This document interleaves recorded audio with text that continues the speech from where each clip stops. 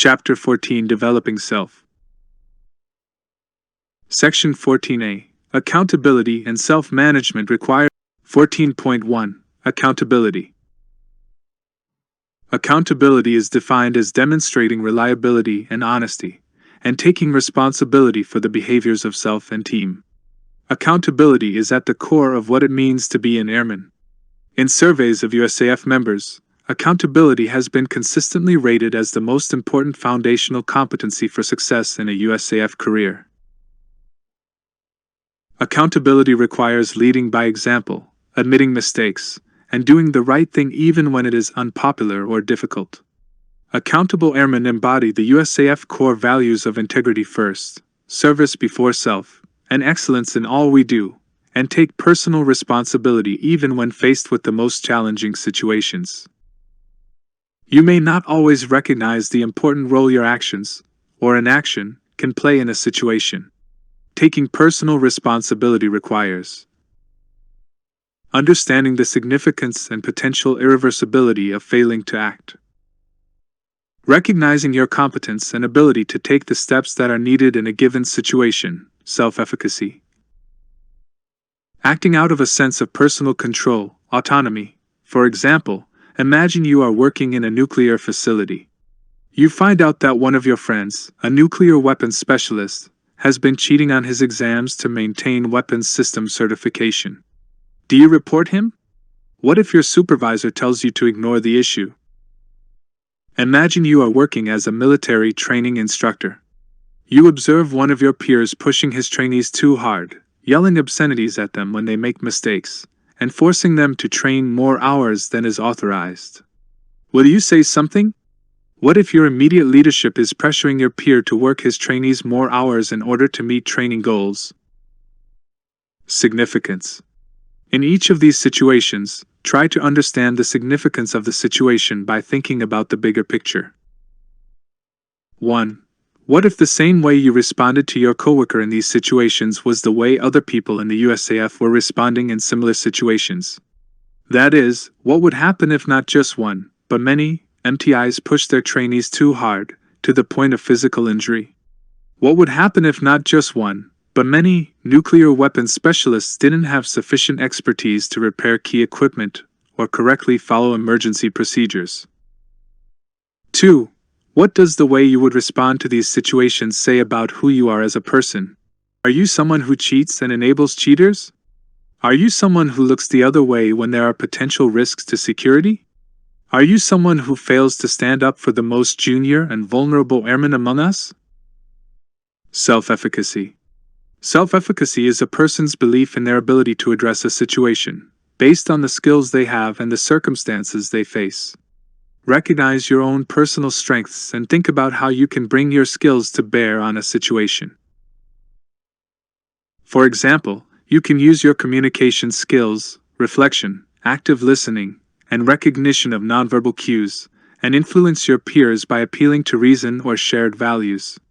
You can demonstrate perseverance and persist in addressing an issue with others.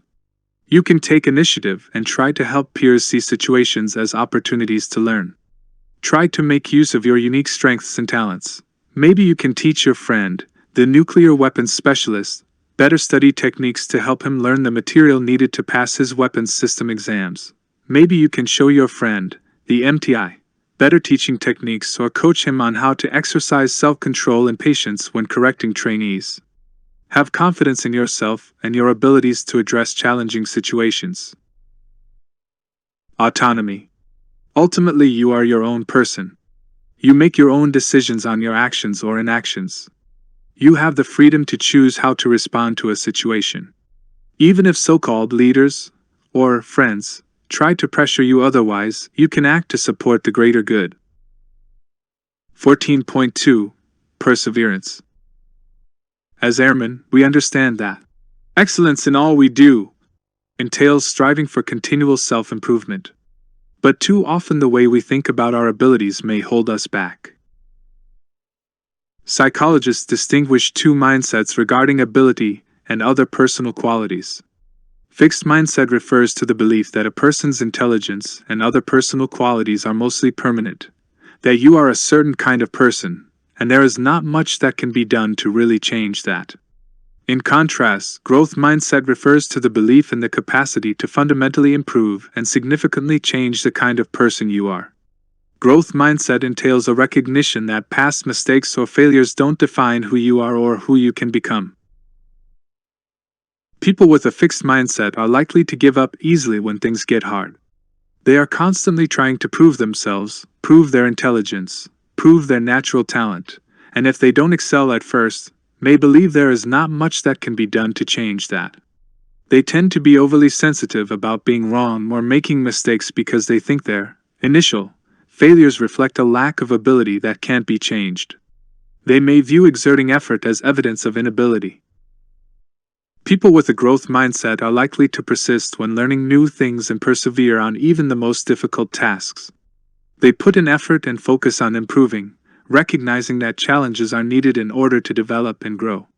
They don't get defensive about mistakes, failure, or negative feedback, and don't feel threatened by the success of others, because they don't view an initial lack of ability as permanent. If you are someone who holds a fixed mindset, you can begin to change your perspective and become more perseverant. 1. Remind yourself of the differences between the fixed and growth mindsets every day. Remember that when people with a growth mindset set goals, they A. Persist in the face of setbacks, B. Embrace challenges, actively seek out difficult tasks as an opportunity to learn, C. Value effort as the path to mastery, D. Seek feedback and learn from criticism, E. Find lessons and inspiration in the success of others, 2. Ask yourself, what are the opportunities for learning and growth today? Then form a plan and begin to act on it. 3. As you encounter inevitable obstacles and setbacks, form a new plan to continue learning. 4. When you succeed, don't forget to ask yourself, what do I have to do to maintain and continue the growth? 14.3. Self-control. Airmen should recognize the need to exhibit self-control as part of the USAF core values of integrity first and service before self. Self-control refers to a person's ability to override or restrain their inner responses or impulses. This includes keeping emotions under control in difficult situations, handling temptations and avoiding inappropriate behavior. Example, controlling one's urges to overeat or smoke, or restraining a tendency to yell or curse when angry. Understanding both the limitations of one's self-control and one's ability to strengthen it may be important to consistently demonstrate self-control when needed. Self-control is limited. Like a muscle, our self-control is limited and gets depleted with heavy use. Controlling strong urges is a heavy lift, and we can expend only so much effort before our efforts begin to fail.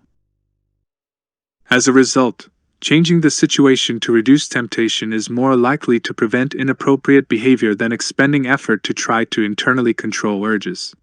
For example, if you love potato chips and have a tendency to overeat, it will be more effective to keep chips out of the house altogether. Out of sight is out of mind, than to try to will yourself to eat just one. Some self-control may be needed to pass up the chips aisle at the grocery store, but far stronger self-control would be needed to avoid eating an open bag of chips that has been sitting in front of you for hours at home. The same principle applies to avoiding inappropriate behavior when angry or upset. Removing yourself from situations that are likely to cause you to become angry, avoiding potential triggers, will be more likely to prevent outbursts than simply exerting effort internally to try to control anger in difficult situations. Self-control can become stronger. Like a muscle, self-control can be made stronger with practice. Regularly practicing small acts of self-control, interspersed with rest, can strengthen self-control over time.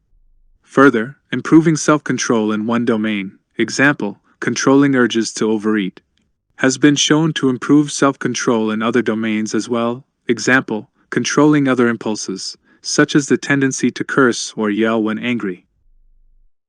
Studies have found that even 2 weeks of deliberate, daily practice to inhibit an urge or behavior can meaningfully improve impulse control. Set a target goal requiring self-control, example, avoiding sweets and desserts, holding a hand grip for as long as possible, despite physical discomfort. Keep a daily record of how much effort and self-control you exert. Example, declined cookie when offered one that smelled delicious. Held the hand grip for X minutes, and reflect on how practicing could improve self-control. While some people naturally tend to have more self-control than others, with practice, even people with initially poor self-control can get better at exercising restraint and avoiding temptations. 14.4. Resilience. How is it that some people seem to bounce back from negative experiences so quickly, while others tend to get caught in a rut, seemingly unable to recover and move on?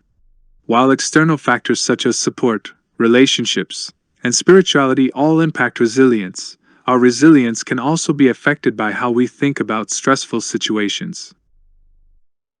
Positive reappraisal refers to the process of reconstruing, reinterpreting stressful events as non-threatening, meaningful, and even contributing to personal growth. This cognitive strategy can help us prepare for stressful events by embracing challenge, and better cope with past events by viewing them as opportunities for learning/growth. Embracing challenge. Imagine the following situation. You receive last-minute notice that you will need to give a presentation to an audience of high-ranking members. The stakes are high, and your ability, or inability, to convince the audience will have major consequences on your career. For most people, this can be a stressful situation. But studies have shown that our ability to manage potentially stressful events like this can be affected by how we frame the situation. Specifically, when we view a situation in terms of threat, example, focusing on task difficulty and how other people will evaluate us, our heart rate, pulse, and blood pressure increase, and it takes us longer to calm down afterwards. When we instead frame the same situation in terms of challenge, we tend to recover faster, heart rate, pulse, and blood pressure return to normal more quickly after the event.